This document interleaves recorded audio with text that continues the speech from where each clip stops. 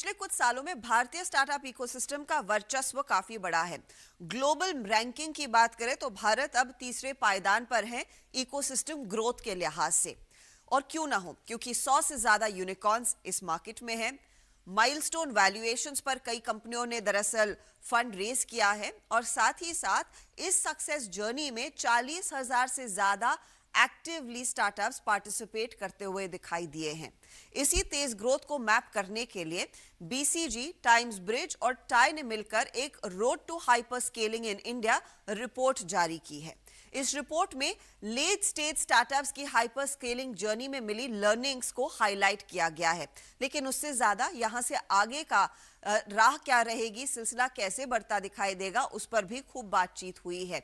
इन्हीं फाइंडिंग्स पर बात करने के लिए मेरे साथ आज दरअसल बॉस्टन कंसल्टिंग ग्रुप के पार्टनर सिद्धार्थ मदान मेरे साथ जुड़ रहे हैं इसी पर डिटेल में चर्चा करने के लिए। सिद्धार्थ, शुक्रिया हमारे लिए समय निकालने के लिए। मैं इनफैक्ट डिटेल में पढ़ रही थी आपकी रिपोर्ट और इस समय हमने देखा है कि वेंचर फंडिंग जो है स्पेशली 2022 में करीब 40% घटी है owing to the global situation.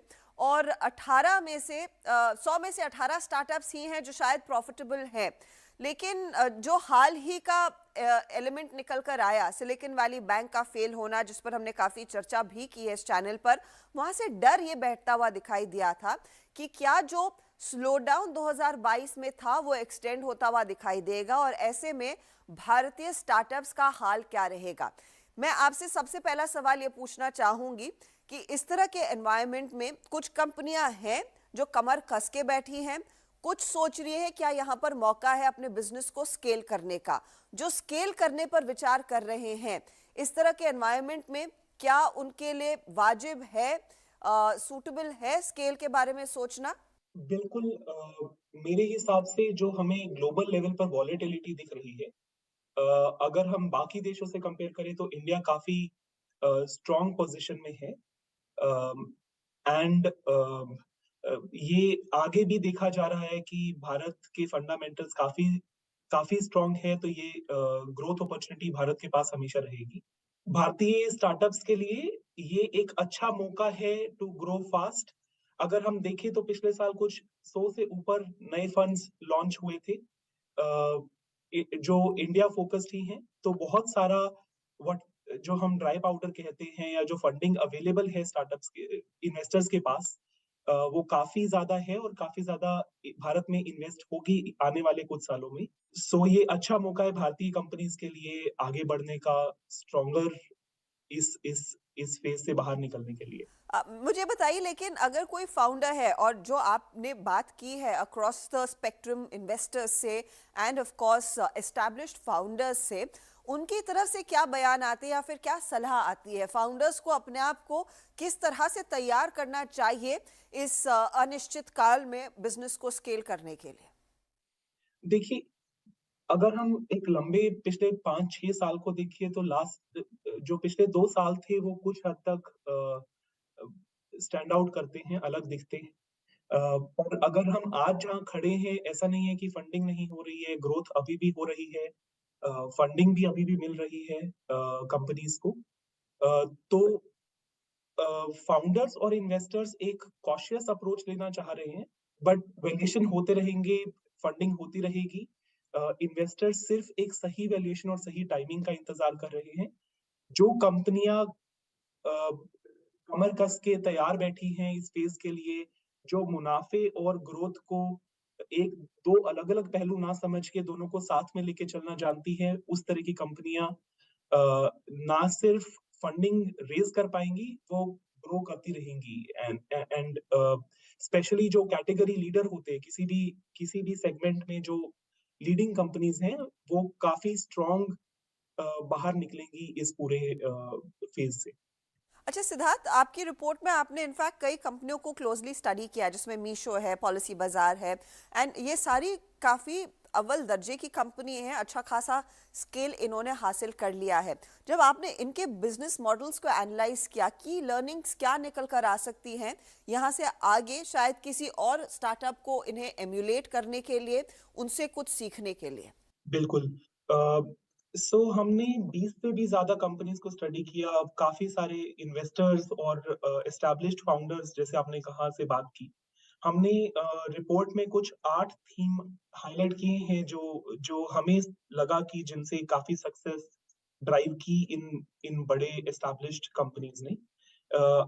मैं सबके बारे में तो बात नहीं करूँगा, बट अगर 1-2 एग्ज़ाम्पल ले सकूँ तो अ, आपने मीशो का नाम लिया, सो बहुत सारी कंपनी इंडिया में पॉपुलेशन का बड़ा होना, टियर 2, टियर 3 सिटी में बहुत सारा डिजिटल ड्राइव होना, काफ़ी सालों से कहा जा रहा है कि बहुत सारी ग्रोथ इस नेक्स्ट बिलियन से आएगी, पर बहुत कम कंपनी है जो टियर 2, टियर 3 सिटीज़ में जाके सक्सेसफुली मॉडल बना पाई है।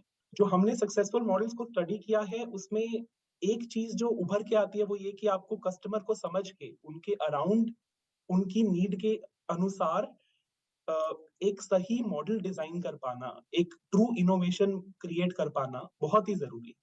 जैसे मीशो ने शुरू किया था एक रीसेलर मॉडल से, जहाँ पे उनका फ़ोकस पूरा का पूरा उन कस्टमर पे था जो आज अभी ई-कॉमर्स पे नहीं खरीद पा रहे हैं, जिन्हें थोड़ी मदद चाहिए, तो एक रीसेलर, एक लोकल उनकी मदद कर पा रहा था।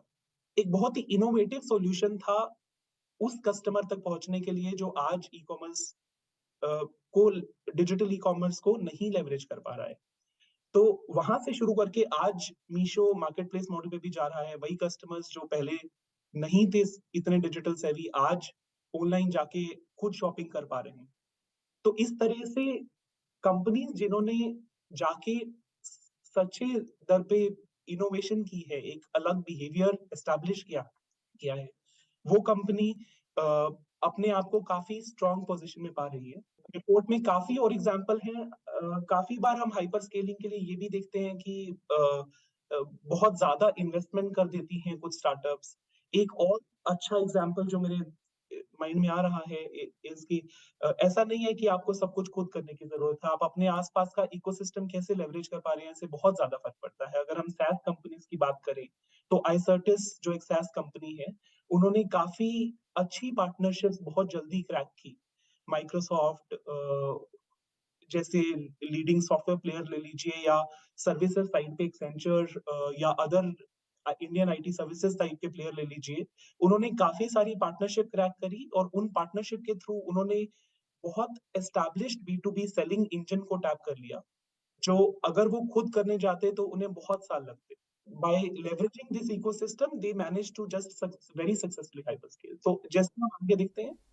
सो इट्स ऑल्सो अबाउट कितने आप क्लोजली अपने पार्टनर्स को करीब रखते हैं, कितना आप करीब रहते हैं उस मार्केट से जिसे आप एड्रेस करना चाहते हैं। मैं आपसे एक और चीज़ पूछना चाहूँगी, क्योंकि हम इस समय हम नहीं जानते कि आगे क्या होगा, कि अगला कौन सा बैंक फेल होगा नहीं होगा, वी रियली डोंट नो।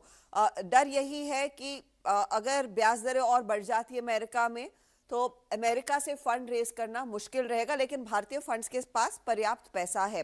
लेकिन इस समय अगर कोई फंड रेज के लिए उतर रहा है, आपकी रिपोर्ट ये मेंशन करती है प्रॉफिटेबिलिटी पर फोकस करें, लेकिन क्या यहाँ पर अब रियलिस्टिक वैल्यूएशंस पर भी कंपनियों को उतर आना चाहिए? क्योंकि बहुत हाई फ्लाइंग वैल्यूएशंस हमने देखे थे पोस्ट 2020, क्योंकि डिजिटल स्पेंड उतना ज्यादा बड़ा था। हर कोई डिजिटल एरा में या फिर इस डिजिटल रेवोल्यूशन का हिस्सा बनना चाह रहा था। उस लिहाज से वो वैल्यूएशन में थोड़ी सी सैनिटी आना कितना इंपॉर्टेंट रहेगा? बिल्कुल, अगर हम पब्लिक इक्विटीज़ में भी देखें तो हमने काफ़ी करेक्शन पिछले कुछ महीनों में देखा है। अ, वैसा ही करेक्शन प्राइवेट इक्विटी में भी देखना जायज़ ही है। जैसे कि लेट स्टेज कंपनीज़ की बात की जाए तो काफ़ी सारी कंपनीज़ हैं जिन्होंने पिछले 1-2 साल में काफ़ी फंडिंग ऑलरेडी उठाई हुई है। They are sitting on good cash pile. तो यहाँ से ये बहुत ज़रूरी है कि आप जो अपना आने वाला पीरियड है, आने वाला रनवे है, जितना आपका मंथली बर्न है, उसे आप कैसे कम से कम कर सकते हैं या कितना प्रॉफिटेबिलिटी की तरफ पुश कर सकते हैं, बहुत ज़रूरी रहेगा, ताकि आपको कम से कम एडिशनल फंडिंग की नई नई फंडिंग उठाने की ज़रूरत पड़े। क्योंकि वैल्यूएशन करेक्शन तो काफ़ी ज़रूरी है इस मार्केट में। अ, पर ऐसा नहीं है कि कंपनीज़ वैल्यूएशन नहीं पिक करेंगी। हम पिछले इनफैक्ट 1 हफ्ते में देखें तो भी कुछ काफ़ी बड़ी लेट स्टेज कंपनीज़ ने काफ़ी साइज़ेबल फंड्स रेज़ किए हैं, एंड वो चलता रहेगा।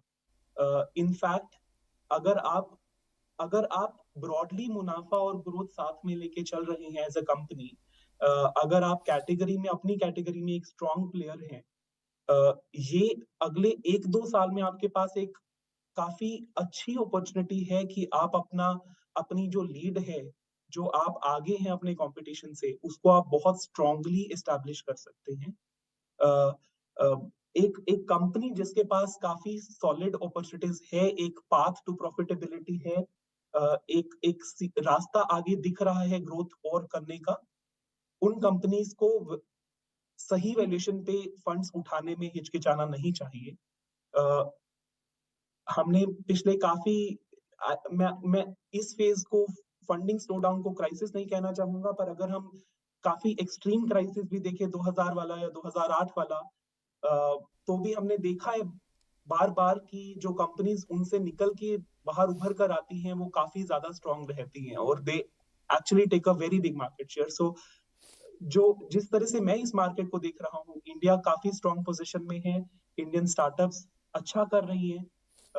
तो as long as profitable growth को चेज़ किया जाए, this is a very, very, very good time to grow for Indian startups. Siddharth, बहुत बहुत शुक्रिया हमारे लिए समय निकालने के लिए। It's been a pleasure speaking to you. Thank you for getting me here. चलिए, इसी के साथ आवाज एंटरप्रेन्योर में हम भी आपसे लेंगे इजाजत। आपको हमारा शो कैसा लगा, इसका फीडबैक आप हमें जरूर दें। ट्विटर, इंस्टाग्राम, फेसबुक पर हम हाजिर हैं। अगले हफ्ते फिर मुलाकात होगी। Goodbye, take care.